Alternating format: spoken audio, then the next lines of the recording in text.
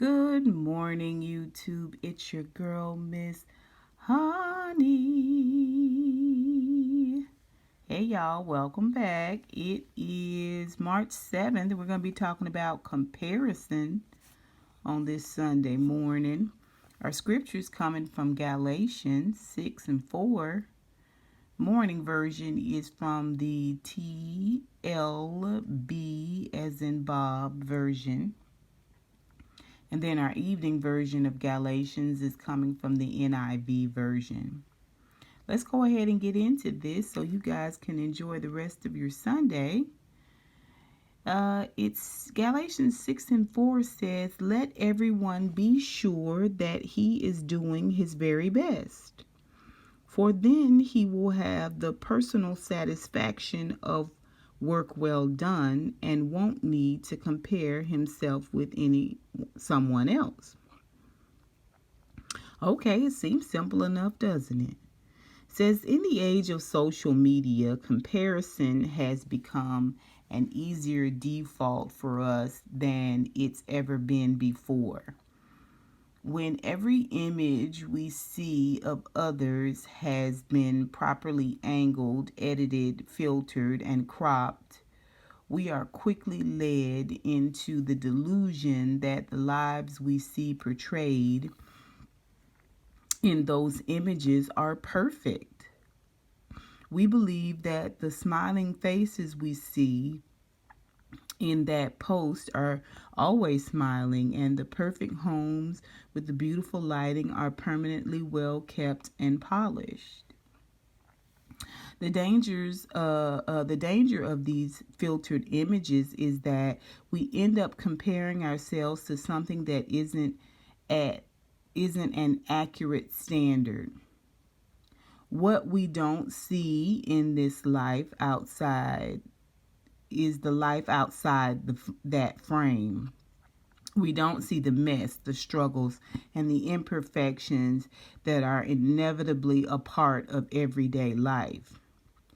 Even the perfect looking ones.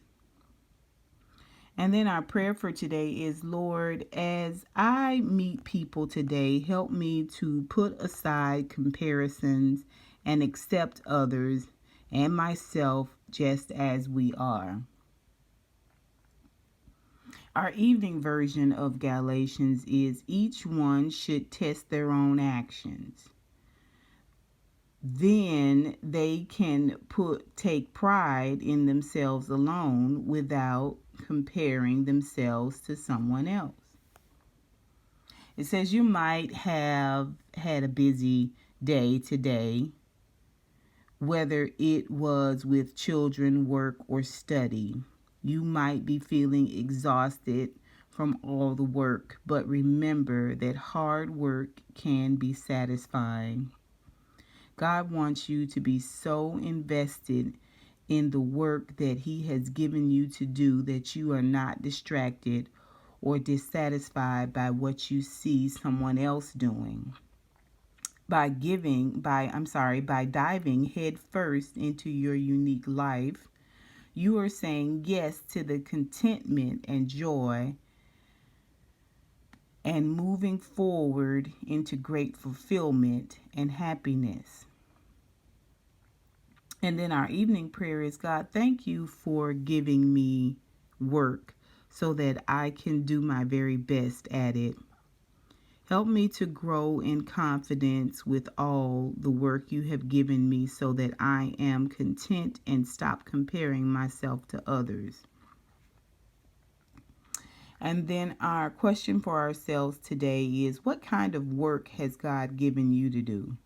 Can you make it a priority to do your very best? Listen, I don't have an issue doing my very best. I was reared to always do everything in the spirit of excellence. It's probably how I became a bit of a controlling personality.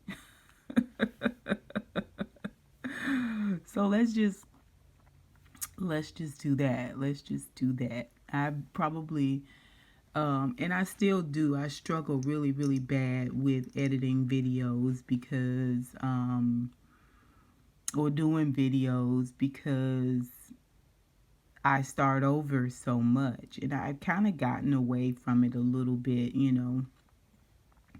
but the editing is hard for me because I'm very critical, and I've got great hearing, so I hear every little bitty thing in the audio and so on and so forth. And then when I watch other people's videos, it just their transitions and everything seem perfect. I've thought about doing more lives and stuff like that, but listen, I am an unpredictable soul. I speak my truth. You know what I mean? I'm very authentic. So I don't know if lives would be the best thing for me. But if you've noticed, you'll notice that I don't have my numbers, my subscriber count on my channel. And I said it a few years ago. I told the reason why, which is it gives me a bit of anxiety to watch those numbers. I just don't watch them. It gives me, like I said, anxiety. I feel like people are competing with me. I have no intentions on competing with anyone. You do you, I do me, and it is what it is.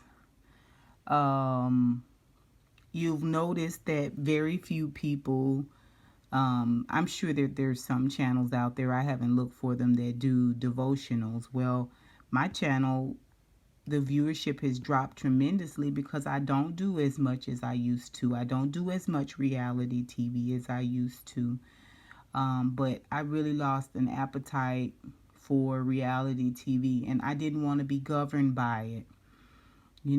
I mean, there are people out here on this web that make really, really good money doing reality TV and doing TV shows, and you can see the pressure that they're under. I'm not interested in that pressure. I'm not interested in the emotional back and forth of reality TV. It's not for me.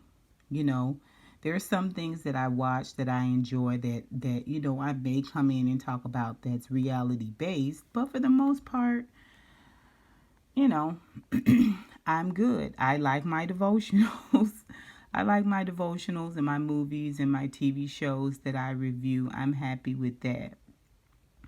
And there was a time where I felt like I had to keep up. There was a time where I felt like in order for my channel to grow, this is the formula. And that truly is the formula. I'm telling you, doing as many reviews as you possibly can, as much as you can. They don't even have to be great. As long as you can spin it, you will get the viewership, right? But for me, I wasn't happy with that. I wasn't, it wasn't for me. And we've talked about this before, so I won't beat you over the head with it. But even the length of my shows, even the length of my reviews, I've had people say really passive aggressively, "Oh, she's very detailed." I know what they're saying. They're saying my videos are long, right? They're just a nice way of saying my videos are long. But if you go back through my catalog, some of my longest reviews, which were for Underground, are some of my highest views. Okay, people come to me because they want detail. Now, I was pressured. I felt pressured. Not that someone else pressured me, but I felt pressure to make them faster, make them quicker. Hurry, hurry, hurry, hurry. And I was killing myself. But it would always come through this emotionalism I had for each character because I really loved the show. And the viewers felt that. They saw that. They appreciated that. So I have learned to run my own race. Okay, doing my very best is a non-negotiable. That's going to happen, right? But I have learned to run my own race. I don't compare myself with others. I'm not going to allow um, my you know ego or anxiety or jealousy or whatever it is that makes you feel like you gotta run the same race as everyone else. I run my own race and I follow the voice of God. Okay? Um, and that's all I'm gonna say about that. I will say this though. If you pay attention, you will see a dwindling. If you look around right now, you will see a dwindling on YouTube. There is a dwindling, okay? I'm not saying it's everybody. I'm not saying it's everything. It's every review. That's not what I'm saying. I'm telling you there's a dwindling, okay? And I recognize it.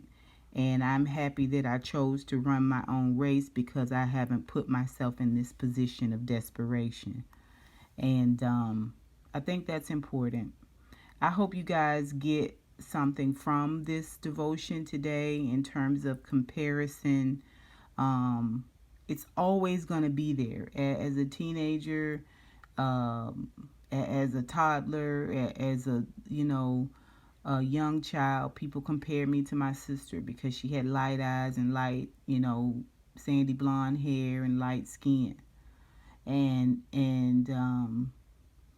you know, obviously you soon start to think yourself of yourself in that way as well. It took me years to get out of that. It took me years to realize that one of the reasons why relationships in terms of female friendships didn't work was because people were comparing themselves to me or trying to, I was trying to keep up with them, or they were trying to hold me back from being great. You know what I mean? Like, that comparison thing can really snowball into something detrimental. All right, it breeds jealousy and covetousness and envy and contempt. And before you know it, you're thinking about taking somebody down. You're thinking about taking them out. You're wishing them harm. You're glad that their house burned down, that their dog died. You know what I'm saying? It's a bad place to be in. Run your own race. Do your very best at running your own race. I'm not saying you don't look at other people and say, hey, I like the way you did that.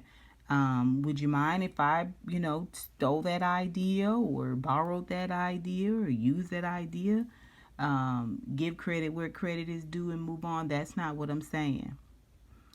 But what I'm saying is that putting undue stress on yourself to run a race that is not your own is unnecessary. Okay? Staying in your lane, doing what it is that you feel led to do, and doing it in this spirit of excellence. God honors that. Okay? Y'all have a good Sunday. Enjoy the rest of your weekend. I will see you tomorrow morning. And until next time, honeybees, mwah, I'll holla.